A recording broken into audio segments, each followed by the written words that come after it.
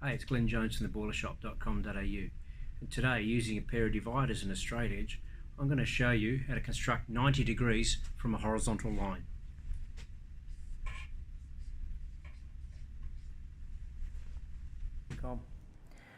Today we're going to construct 90 degrees off this baseline at a certain point.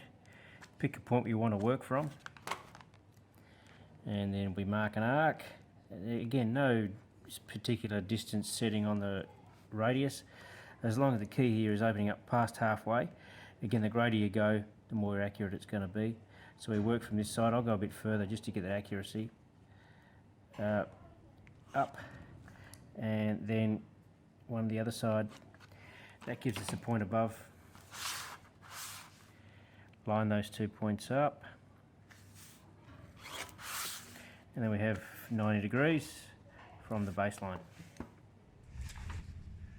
Do you still use this old school marking out technique? Or maybe you use it even while you're using CAD software? Please leave a comment. Scroll past all the videos below where you'll find the comment section.